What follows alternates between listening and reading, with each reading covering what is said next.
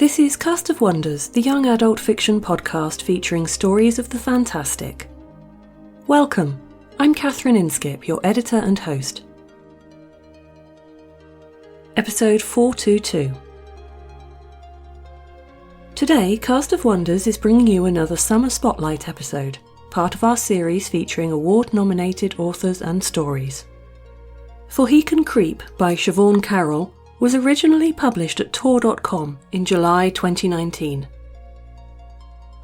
This story is also one of the finalists for the Best Novelette Hugo Award this year, for which voting is now open. We'll be running this story over 2 episodes. Siobhan Carroll is an Associate Professor of English at the University of Delaware. A writer as well as a scholar of speculative fiction, she typically uses the fantastic to explore dark histories of empire, science and the environment. Her fiction can be found in magazines like Tor.com and Lightspeed, in anthologies such as Children of Lovecraft and Fearful Symmetries, and on her website at voncarsiobhancarroll.blogspot.com, voncarsiobhan-carroll.blogspot.com. In writing for He Can Creep, she was aided by Banjo and Lucy, 2 cats of superior catness, whom it is her pleasure to serve. This story is narrated by Jeremy Carter. Jeremy has produced audio for the June Steve Audio Fiction magazine, Far-Fetched Fables, the Journey Into podcast, and Starship Sofa, in addition to Cast of Wonders. By day, he teaches physics and maths in the beautiful Peak District. He is a husband, father, photographer, cook, and very occasional runner. And now, we've a tale to tell.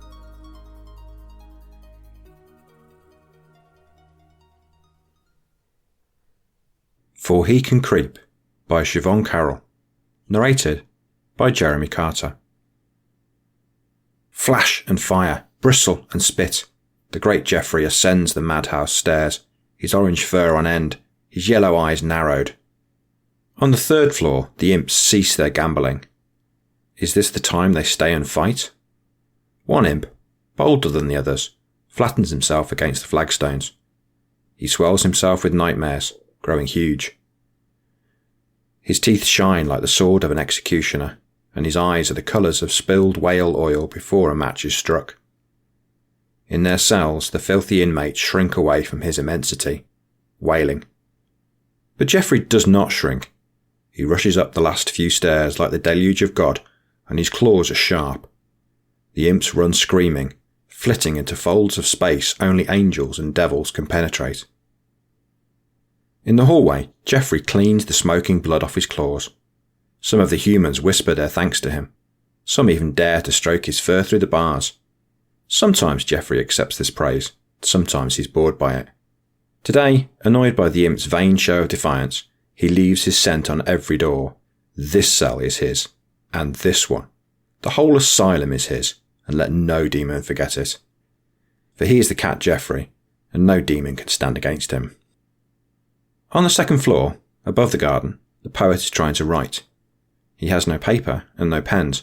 Such things are forbidden after his last episode. And so he scratches out some words in blood on the brick wall. Silly man. Geoffrey meows at him. It's time to pay attention to Geoffrey. The man remembers his place. Reluctantly, painfully, he detaches his tattered mind from the hard hookpins of word and metre. He rolls away from his madness and strokes the purring, winding cat. Hail and well met, Geoffrey. Have you been fighting again? Such a bold gentleman you are. Such a pretty fellow. Who's a good cat? Geoffrey knows he is a good cat, and a bold gentleman, and a pretty fellow. He tells the poet as much, pushing his head repeatedly at the man's hands, which smell unpleasantly of blood. The demons have been at him again. A cat cannot be everywhere at once. And so while Geoffrey was battling the imps on the 3rd floor, one of the larger dark angels has been whispering in the poet's ear, its claws scorching the bedspread. Geoffrey feels not guilty exactly, but annoyed. The poet is his human.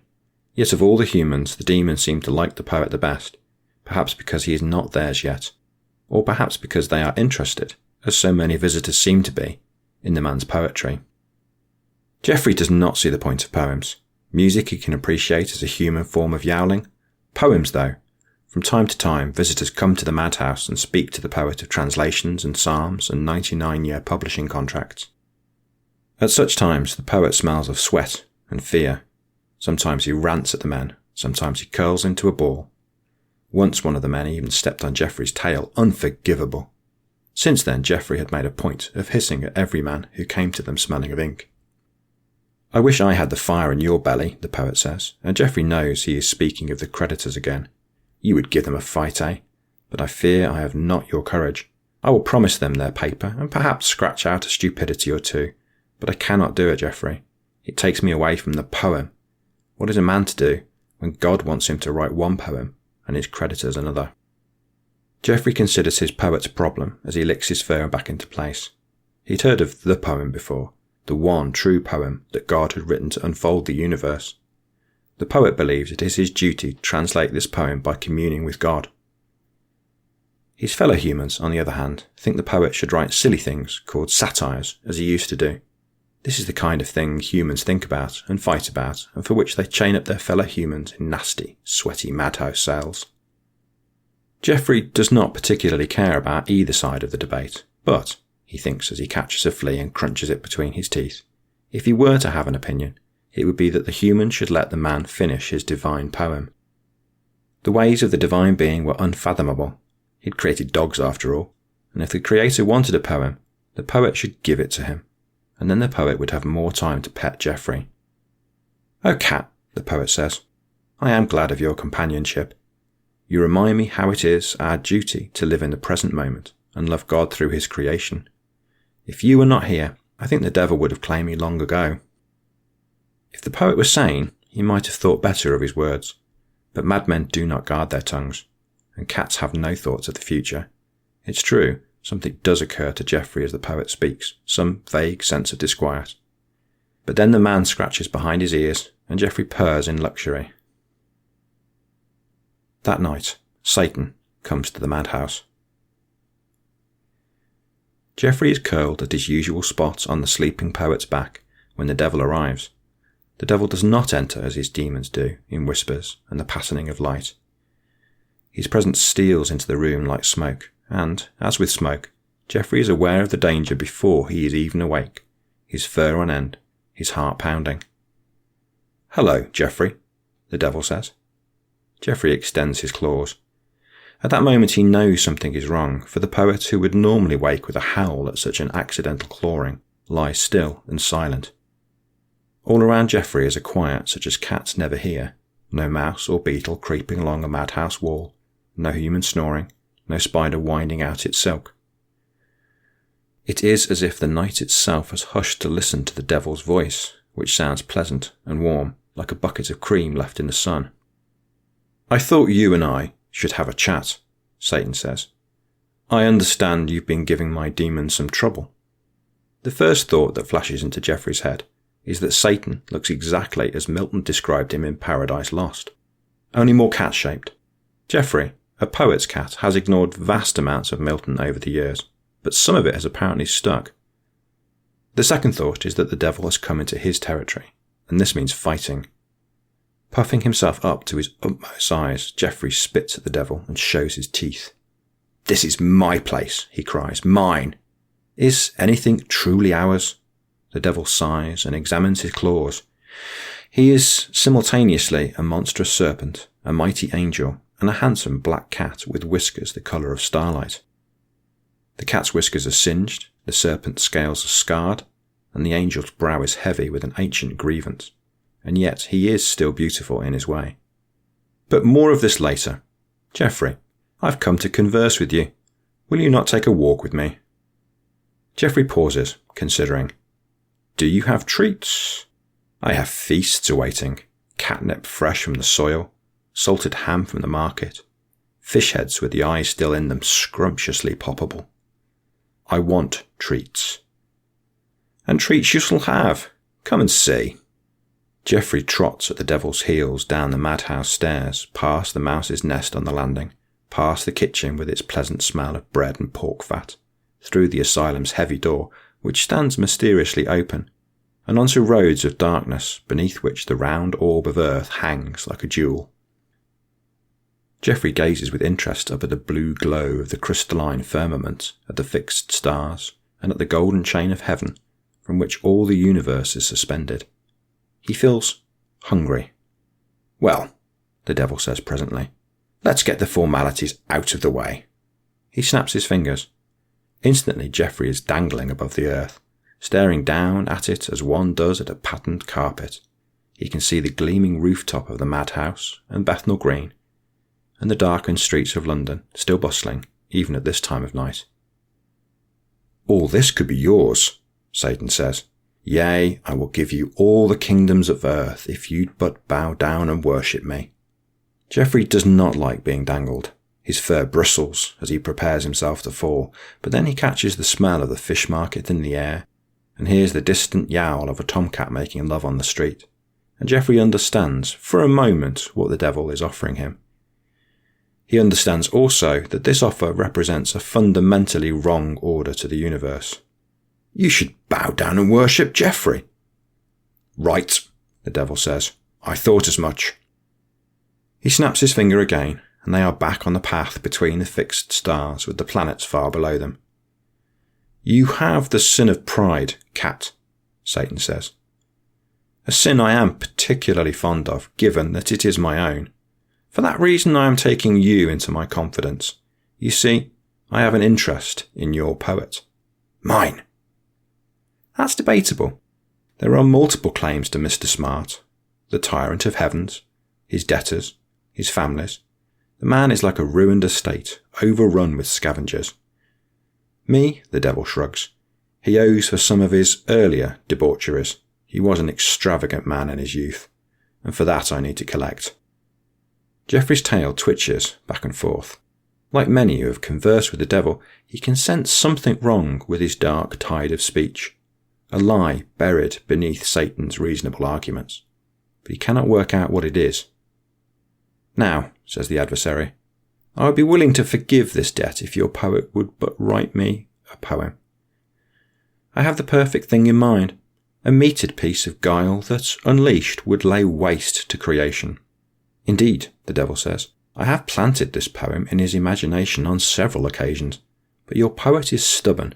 He defies all his creditors, including, most importantly, me, and insists on writing this tripe, this vile piece of sycophancy, for the tyrant of heaven, who, let me assure you, deserves no such praise." "The poem of poems," Geoffrey says. "Exactly. Let us face facts, Geoffrey. The poem your human labours over, the thing to which he has devoted his last years of labour, burning away his health, destroying his human relationships, even setting aside my feelings on its subject matter, Geoffrey, the fact is this. The poem he writes is not very good." Geoffrey stares at his paws and beneath them at the blue glow of earth. Vaguely the words of the poet's human visitors come to him. Have they not said much the same thing? "Speaking as a critic now, Geoffrey, do you not think the poem's let-for structure is overly complicated? The wordplay in Latin and Greek too obscure to suit the common taste? Obscurity for the sake of obscurity, Geoffrey, it will get him nowhere." "Poetry is prayer," Geoffrey says stiffly, repeating the words the poet murmurs to himself as he scratches frantically at his papers, or the bricks, or at the skin on his forearms. "Poetry is poetry. Two roads diverging in a yellow wood, people wandering about like clouds. Even that terrible thing about footprints, that's what readers want, Geoffrey. Something simple and clear with a message. That all of one's life choices may be justified by looking at daffodils. That we exist in a world abandoned by God and haunted by human mediocrity. Don't you agree?" Geoffrey does not like literature of any kind, unless it is about Geoffrey. Even then petting is better, and eating. "Are there treats now?" "Ah, treats." Instantly a banquet table is before Geoffrey. Everything the devil had promised is there. The fish heads, the salted ham, and things he forgot to mention, like the vats of cream and crispy salmon skins. There's even a bowl of Turkish delight. Geoffrey bolts towards the food. Suddenly a hand catches him by the scruff of the neck. The devil has grown gigantic, a mighty warrior singed and scarred by his contest with heaven. His smile gleams like a knife. Before you eat, Geoffrey, I need a thing of you. Such a small thing. I want the food, and you shall get it, if you but promise me this, to stand aside when I come to visit your poet tomorrow night. Aye, to stand aside and not interfere. The uneasy sense that Geoffrey had felt at the devil's first words returns with a vengeance. Why? Merely so I can converse with your poet. Geoffrey thinks about Satan's proposition. As a cat well versed in Milton, he is aware of the devil's less than salubrious reputation. On the other hand, there's a giant vat of cream right there. I agree, he says. The devil smiles. Released, Geoffrey flies to the table, and food. There is so much food. He eats, and somehow there is still more to eat, and somehow he can keep eating, though his belly is starting to hurt. My thanks to you, Geoffrey, the devil says. I will see you tomorrow. Geoffrey is aware vaguely that Satan is walking away from him, but that does not matter. He has come to the bowl of Turkish delight, and having heard so much about it, it must taste good, no? So he selects a powdered cube of honey and rosewater, one that is larger than all the others, and he takes a bite. The next day, Geoffrey feels ill. On waking, he performs his morning prayers as he always does. He wreathes his body 7 times around with elegant quickness. He leaps up to catch the musk, and rolls on the planks to work it in. He performs the cat's self-examination in 10 degrees. First, looking on his forepaws to see if they're clean, then stretching, then sharpening his claws by wood, then washing himself, then rolling about, then checking himself for fleas. Yet none of this makes Geoffrey feel better. It is as though something casts a shadow upon him, separating the cat from the sunlight that is his due.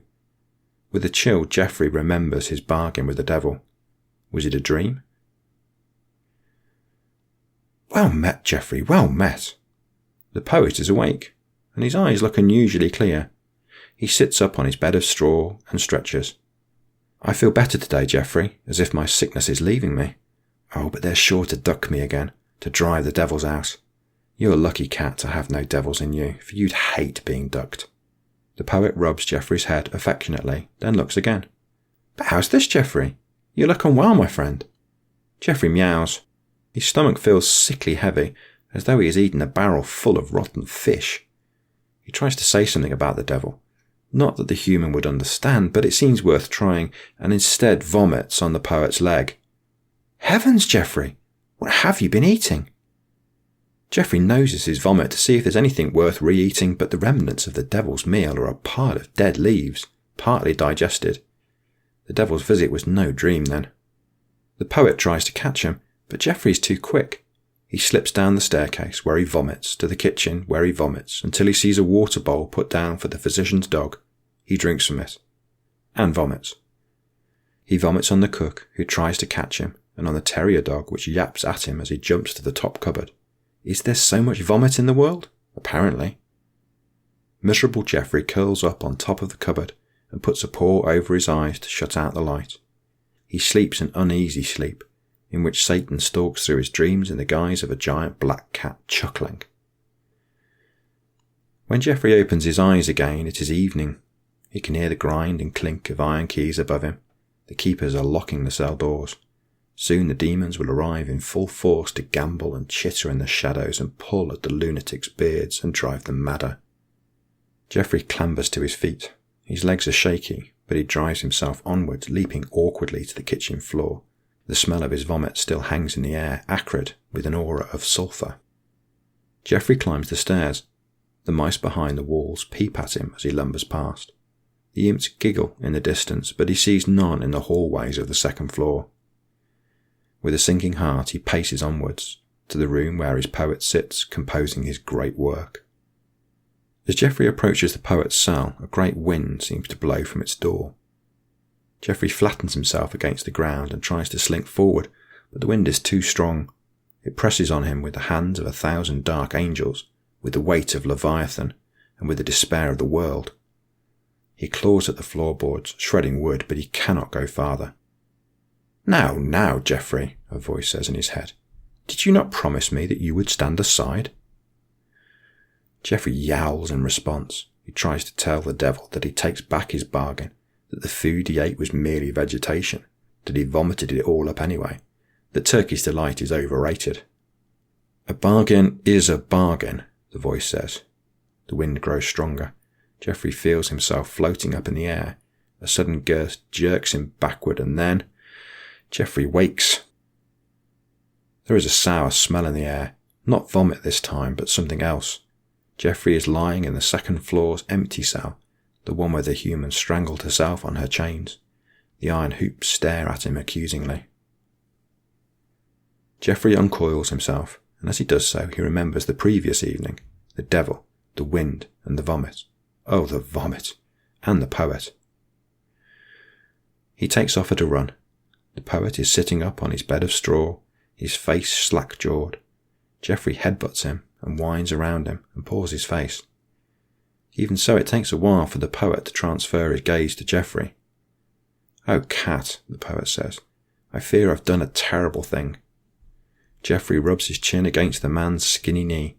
He purrs, willing the world repaired. "Last night the devil himself came to me," the man says. "He said such things. I withstood him as long as I could, but in the end I could take no more. I begged him on my knees to stop his whisperings, and he asked me, and I agreed. Oh, Cat, I am damned for certain, for I have promised the devil a poem." As he gave this speech, the man's hands kneaded Geoffrey's back harder and harder, digging into his flesh until it hurt. Normally this would trigger a clawing or a stern meow, but Geoffrey understands now what it means to come face to face with the devil, and his heart is sore. Geoffrey does what he can to comfort the poet. He spraggles and waggles. He frolics about the room. He takes up the wine cork the man likes to toss for him and drops it on the poet's lap, and yet none of this seems to lift the poet's spirits. The man curls in the corner and moans until the attendants come to take him away for his morning ducking. Geoffrey lies on the floor in the sun and thinks. The poet is miserable, and well he might be, having agreed to write a poem for the devil. Geoffrey, in agreeing to stand aside, left his human undefended. In that action, and here Geoffrey must think very hard and lay his ears back, Geoffrey has been less than his normal, wonderful self. He may in fact have been, though this is almost impossible to think, a bad cat. Geoffrey is furious at the thought. He attacks the air. Growling, he flies about the room, ripping the spider webs down from the ceiling. He gets in the man's straw bed and whirls around and around until bits of straw coat the floor and the dust veils him in yellow. Somehow, none of it helps. When he's exhausted, he sits and licks himself clean. Even a short poem will take the poet more than a day to write, for he must doubt every word and scratch it out and write it down again. That is more than enough time for Geoffrey to find the devil and fight him and bite him on the throat. It is true that the devil is bigger than the biggest rat Geoffrey has ever fought, and it is also true that he is Satan, the adversary, Prince of Hell, Lord of Evil. Nevertheless, the devil made a grave mistake when he annoyed Geoffrey. He will pay for his insolence. Thus resolved, Geoffrey goes in quest of food. His heart feels lighter. He has a feeling that soon all will be well. When he comes back from his ducking, the poet lies on his bed and weeps. Geoffrey cannot rub against him after the water treatment, for the poet's skin is still unpleasantly damp, so Geoffrey claws the wooden bed frame instead. "Oh, Geoffrey," the poet cries, "they gave me back my paper and my quill and ink. Yesterday I would have been overjoyed at such a kindness, but now I can only detect the machinations of the devil. It is all in my head, Geoffrey, the poem entire. I need only set it to paper. But I know I must not. These words, they must not be allowed to enter this world." And yet he takes out a sheet of cotton paper, and his gum sandarak powder, and his ruler. Sobbing, he begins to write. The noise of his quill scritching is like the sound of ants eating through wood. It wrinkles Geoffrey's nose, but he does not stir from the poet's cell. He is waiting for the devil to arrive. Sure enough, come nightfall, the devil steals into the madhouse. He looks for all the world like a London critic, in a green-striped waistcoat and a velvet coat. He stands outside the bars of the cell and peers inside. "How now, Geoffrey?" Satan says. "How does my poet fare?"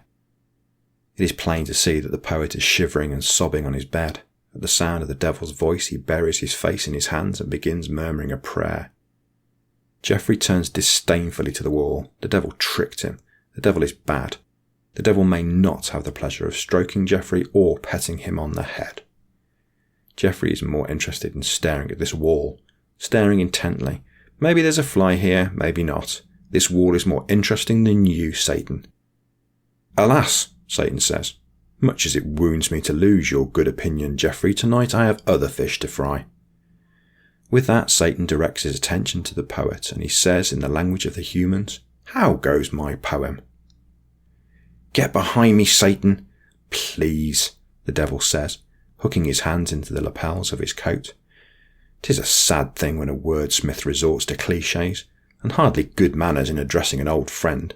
What, did I not aid you in your youth many a time, in bedding a wench or evading a creditor? Now I ask that you do a single thing for me, and you whimper about repaying my kindness. For shame. I should not have agreed to it, the man says. Forgive me, Lord, for I was weak. La, the devil says, aren't we all? But enough of this moping. How goes my poem? The man is jerked upright like a dog yanked on a chain. He rises from his bed, in his nightclothes no less, and takes up a few sheets of paper. He hands them, with an iron-stiff arm, through the bars to the devil. The devil takes out a pair of amber spectacles and a red quill. He reads over the papers with great interest, from time to time making happy humming noises to himself, and from time to time frowning and scratching down something in bursts of flame. Capital phrasing, sir, he says, and, sir, you cannot rhyme love with dove. It is banal, and I shall not allow it. And I like this first reference to an essay on man, but this second makes you seem derivative, don't you think? The poet, peering at the pages from the vantage point of his madman's cell, looks miserable. Geoffrey, inside the cell, begins to growl. Will the devil not come inside? Very well, and Geoffrey will come to him. This is marvellous work, sir, the devil says, slotting the manuscript back between the poet's trembling fingers. I am very pleased with your progress. Do contemplate the edits I suggested. I'll be back tomorrow midnight to collect the final version. I will not do it. But you shall, good sir. You have made your bargain. Now you can sit here wallowing in misery, or you can comfort yourself that your poem will inscribe itself on the hearts of men. It is all the same to me. During this conversation, Geoffrey slips through the bars. The devil is wearing an elegant pair of French boots. Of course, the devil would favour French leather, thinks the very English Geoffrey. And when the devil turns on his heel, Geoffrey pounces. Claw and bite, snap and climb. Geoffrey is simultaneously attacking a black cat with wicked claws and a mighty dragon of shining scale and a gentleman who is trying to shake him off his leg. Geoffrey is tossed by the devil like the ark on the waves of destruction. He is smashed and crushed, bitten and walloped. Still Geoffrey clings to him, growling and clawing. Oh, bother, says the devil, those are my favourite stockings. Fire and darkness, shade and sorrow, the devil has shaken him off. Geoffrey flies through the air and skids across the floorboards, but instantly he is on his feet again, his eyes ablaze, his skin electric. He will not let the devil go. Must we? Says the devil wearily. Oh, very well. Now the devil begins to fight in earnest, and he is a terror. He is 1,000 yellow-toothed rats swarming out of a sewer. He is a mighty angel whose wing beats breed hurricanes. He is a gentleman with a walking stick wallop. Geoffrey's chest explodes with pain. Dazed for a moment, he thinks he cannot rise, but he must, and his legs carry him back into the fight. Geoffrey stalks the devil anew, trying to keep clear of Satan's walking stick wings. Suddenly the black cat is there, clawing at Geoffrey's eyes and springing away before Geoffrey can land a blow. Geoffrey hisses and puffs up his fur, but somewhere in his aching chest is the sense that perhaps this is a fight he cannot win. Perhaps this is the fight that kills Geoffrey. So be it. Geoffrey leaps on the back of the cat, rat, angel, dragon. He draws blood, the devil's blood, which smells of burning roses. Too quickly, the devil twists under his grip. Too quickly, the yellow teeth clamp down. Agony sears through Geoffrey's neck. The devil has him by the throat. Geoffrey struggles for purchase, but he can find none. His vision darkens. He can feel the devil's teeth press hard against the pulse of his life. Dimly, he hears the poet yelling, "No, no," the man cries. "Please spare my cat. We'll cause you no more trouble, I swear." The devil loosens his grip. "Oof, oof," he says. He spits out Geoffrey and tries again. Very well. And Geoffrey is falling through blackness, falling forever. There's something very honest about the affection of a cat. Cats do as they please, and if it pleases them to spend time in the company of a well-trained human who knows how to scritch, open doors, or provide food on demand, then that's where they'll be. More honest still, though, is a cat's loyalty and trust.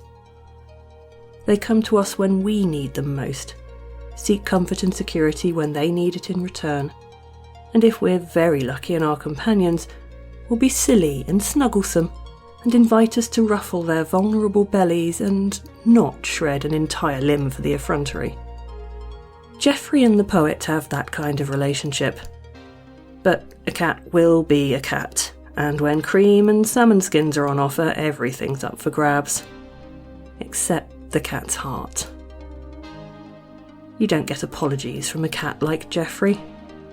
What you do get is a love that will go toe-to-toe and claw-to-claw with the very devil himself. Join us again next week for the concluding part of this story. We love bringing you the best audio fiction week after week, but we can't do it without your support. We'd love to be able to offer our narrators more than token payments and our hard-working associate editors anything at all. Please consider supporting us with a monthly donation through either PayPal or Patreon. You can also review us on Apple Podcasts, request us on Spotify, and consider the stories we publish for award consideration. There are lots of ways you can help. Join the discussion on our Patreon Discord server, the EA Forum, forum.escapeartist.net, or visit on Twitter at Cast of Wonders. Come say hello. Cast of Wonders is a production of Escape Artists Incorporated and is brought to you by editor Catherine Inskip and assistant editors Andrew K. Ho and Carissa Sluss. Associate editors Amy Brennan, Alicia Caparaso, William Haight-Miner, Umaira Hussain, Sean Proctor, Ray O, Susie Rodriguez and Emma Smales. Our audio producer is Jeremy Carter, our art director is Alexis Coble, and our community manager is Danny Daly. Our episodes are released under the Creative Commons Attribution Non-Commercial No Derivatives 4.0 International License. That means you can download or listen to the episode on any device you like, but you can't change it or sell it. Our theme music, Appeal to Heavens, is by Alexei Nov and available from Promo DJ or his Facebook page. Thank you for listening.